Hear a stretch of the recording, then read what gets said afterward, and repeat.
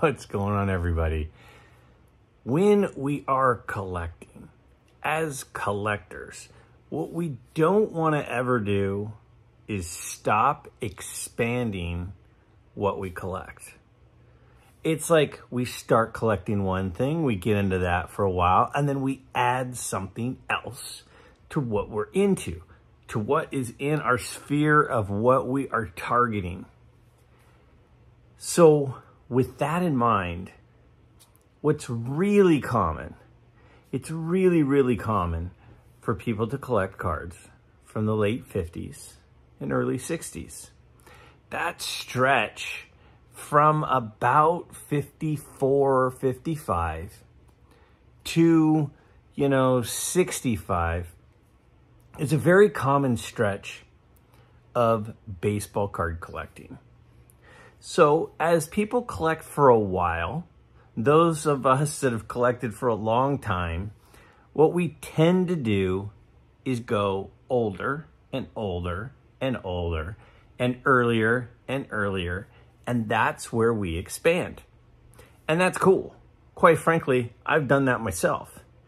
A lot of us that started in the hobby as kids, if you're around my age, and you collected in the mid to late 80s and early 90s, some of the cards that you've maybe been interested in are some of those cards from your childhood that you never got a chance to purchase. And then you went back earlier and earlier and earlier. I think there's another place we can expand.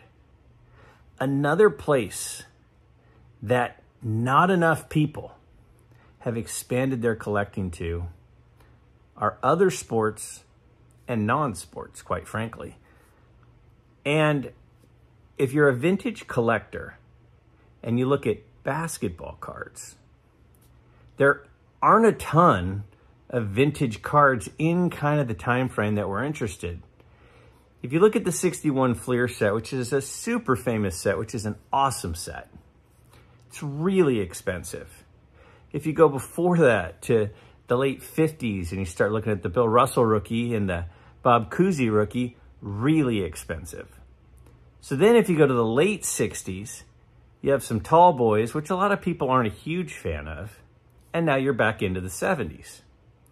So for a lot of vintage collectors, basketball doesn't really work that well.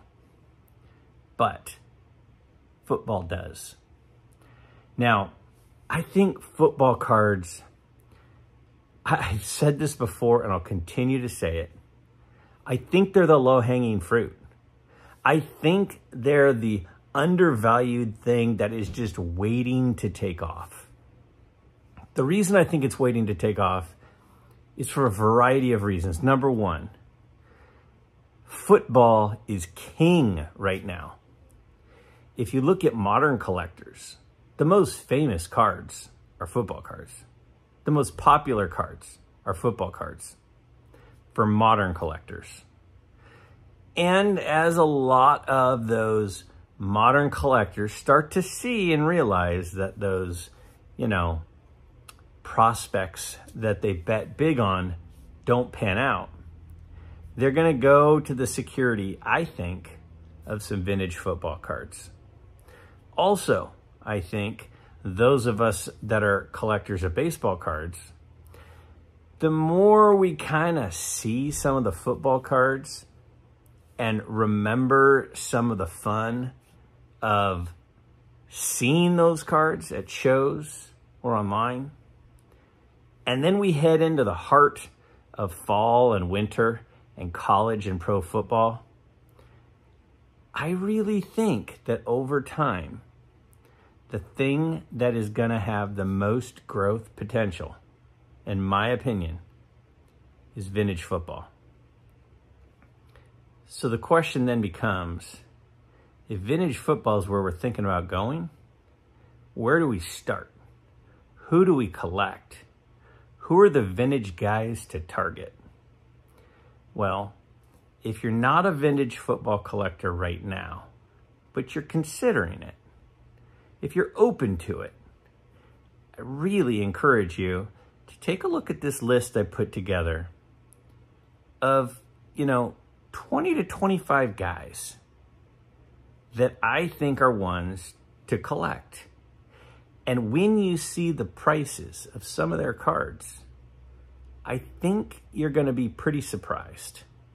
Because when you compare the cost of vintage football to vintage baseball, the difference is unbelievable. They're still affordable, huge room for growth. And I really think it's the next area that's going to take off. So just give these a look, have an open mind, take a look at some of these names, and look at what some of these cost. I'm going to try to show you some really cool cards of each of these players for around $200 or less. Check them out. So where do you start? How about you start with the top 100 greatest NFL players of all time? So here's the list. When the NFL Network put this list together in conjunction with the NFL, these are the 100 players. But a lot of these players are more modern players. They're not all vintage players. So when you look at the list of the top 100 of all time, and then you remove the modern guys, the guys with rookie cards at 1980 or after, this is what we're left with. But then on this list, you've got some guys that play positions that aren't super collectible. There aren't a lot of people looking to buy offensive linemen or, centers. So then you remove those positions, and this is what we're left with. So these are the guys I want to take a look with. The vintage players with rookie cards before 1980 and play positions that are among the collectible ones.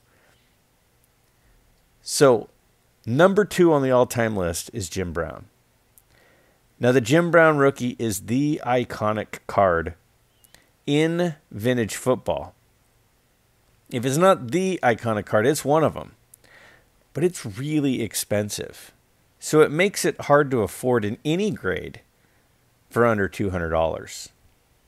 But if you look at his second year card, you can get in a 5 for about $200. And it's a cool card. So if you're interested in Jim Brown and you're interested in getting a cool card of him for right around $200 or less, I say look at that second year, the 1959 Jim Brown, in a 5, maybe a 5.5 even. Number 5 on the list is Walter Payton, and his rookie card is actually fairly affordable. So this one's in a 7. You can't quite get a 7 for $200. But you can get a slightly lower grade. You can certainly be looking in the 4 range, maybe a 5 for under $200. Kind of if you're patient with it, and there's a fair amount of them out there because this is not a super old card. It's a, mid-1960s card. Now, number 6 on the all-time list is Johnny Unitas. And the Johnny Unitas rookie is from 1957. And even though it's an overprint card, it's still pretty expensive because it's really old and it's Johnny Unitas. So it's hard to afford a rookie Johnny Unitas in any grade for under $200. But this is his third-year card. And you can get a pretty high-grade third-year card, a 5 or a 6, for under $200. And we're talking about a card from 1959. So these are 3 of the top 6 players of all time, according to the NFL Network. And you can get some pretty cool cards of theirs for under $200. Now, Don Hutson, a lot of people say he was just unbelievable. I obviously never got to see him play. The 1955 Topps Collegiate All-American set is a really cool set. And Don Hutson has a card in there. And though you might not be able to afford one for under $200 in this higher grade, down below you can see you can get one in a 4 if you're patient, maybe a 5. And it's a really cool card. It's really his first main card. A lot of people consider this his quote-unquote rookie card. And again, it's from 1955. It's Topps. I love the 55 collegiate football set. Number 10 all-time is Dick Butkus. And his rookie is in the 1966 Philadelphia set. And, you know, in a decent mid-grade, you know, around a 4 or so, you can get a Butkus for under $200. And the name recognition, the fact that he's one of the best defensive players of all time, he's a very collectible guy, even though he's a defensive player. And I think the 66 Philadelphia set's really cool. And one of the coolest cards in it is the 66 Butkus. So we'll keep working our way through the list. Now, Mean Joe Green, couple of big cards from his rookie year, and they are both from a really good team at the time, the Steelers. But here's an example of a Joe Green rookie card, and it's surprisingly affordable. You can get a pretty nice looking one for $200. If you're going to go down to like a lower grade, like a 4, you can get one really cheap. And we're talking about the 13th best player of all time according to this ranking. Sammy Baugh, an old school vintage quarterback. And this is his 48 Leaf, the whole 48-49 Leaf thing. And a lot of people consider this his best card. He also has a 48 Bowman, which is black and white. And the fact that this one has color makes it a little bit more popular.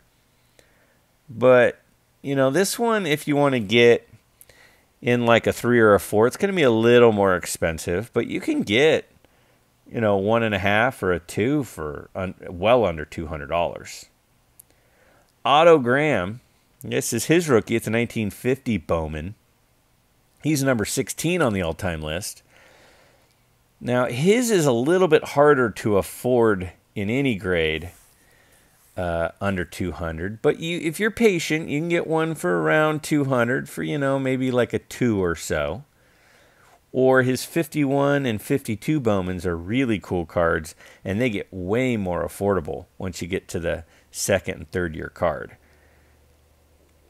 Number 22 on the list is Gale Sayers, one of my all-time favorites. I have the whole Gale Sayers base run, including this 1966 Philadelphia rookie card from the same set as that Dick Butkus card. And, I mean, that's a pretty darn nice-looking card. That one right there is the one that I have featured in the recent sale. For right around $200, you can get a pretty decent-looking one. Surprisingly cheap. And a lot of people have him on their list higher than 22. Sid Luckman, another big-time player. And from that 48-49 Leaf set, this one's a 1.5, but, you know, easily under 200 for his first card for the guy number 33 on the list. And again, a prime position. A lot of the guys that I'm going to be featuring here to target are either running backs, receivers, or quarterbacks, and then some of the big name defensive guys. Jim Thorpe, you got to go way back for Jim Thorpe. This is part of the 33 Gaudy Sport King set. A really cool card, but a really expensive card. So pretty much impossible to get this for $200. But in that same 1955 Collegiate All-American set, there is a Jim Thorpe, kind of an iconic card you might recognize. You can get one in a lower grade for under $200. Roger Staubach, now we're up into the 70s. And I mean, the one right there, you can get a 6 if you're patient. You can get a 6 or easily get a 5 for right around $200. And again, he comes in at number 46 on the list. So these are some big names, popular players, big followings. You got Red Grange. Now, for the Red Grange, you got to go back to that 33 Gaudy Sport King set, and you're not going to find one of these for anywhere near $200. But That 1955 Collegiate All-American set has a red Grange as well, and it is affordable. You can get a pretty nice one for about $200. That's a pretty solid grade there. So that would be the card to target for red Grange, since the Gaudy is really expensive, like the Jim Thorpe 33 Sport King as well. So, I mean, we're just through the top 50 players in the list, not even top 50. And there's some big names in there. In fact, number 50 is Terry Bradshaw, which is from that same set as the Joe Green rookie. So this one's a 5.5. And, you know, it comes in right at around that 200 mark, a little over the 200 mark. It's a tough set because of the red border. But it's a really cool card, recognizable card. You can easily get a 4 under 200. And if you're patient, you can find a nice 5 for that sort of range as well. You get higher and it gets really expensive really quick. The Bart Starr is the same set as the 57 Unitas, so the 57 Bart Starr. Now, the Bart Starr is not an overprint like the Unitas, so it actually is a little bit more expensive. It's a very expensive card. So my recommendation is go to the second year, the 58 set, and you can get a really nice 58 Bart Starr second year card. Really nice one for under $200. The drop off from his rookie to his second year card is dramatic. And you're still talking about a 58 football vintage card. So it's not like, you know, it's not like they're just falling out of trees for you. Earl Campbell. Now this is the newest of the cards in the set. This is a 79. Look at the price of an Earl Campbell rookie card in an 8. Well under. Well, I mean, easily under the 200 mark. And you watch some of the highlight reels of Earl Campbell, and my goodness. Another big name, and people forget because we think of him as his coaching days, but an incredible player as well, Mike Ditka, from the Brutal set with the black borders. And one of the reasons it's so expensive is because it's such a brutal set. So you have to go a little bit of a lower grade to get a Ditka rookie. You could always go to the second year card, but I don't know, there's something about the look of that rookie. I think it's worth getting a lower grade one because it's a really cool card.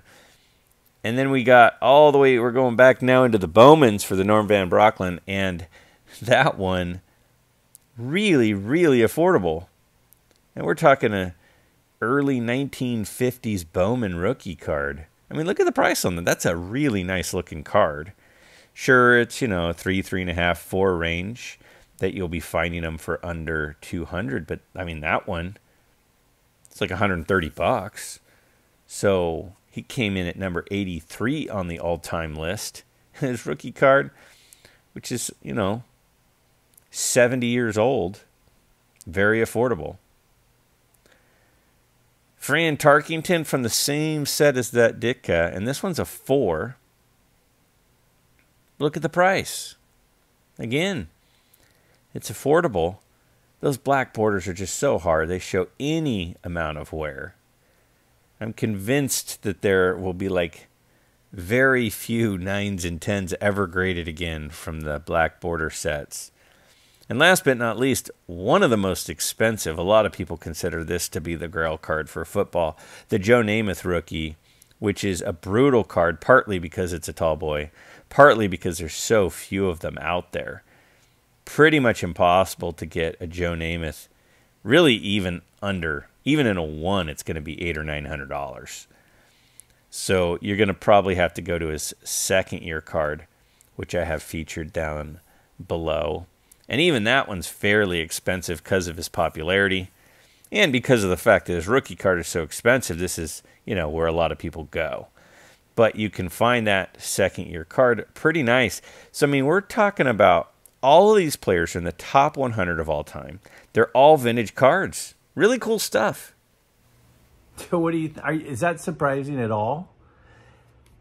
because we have some of the best players in the history of the game. We've got Otto Graham, we've got Johnny Unitas and Jim Brown. We've got Bart Starr. We've got some unbelievable talents.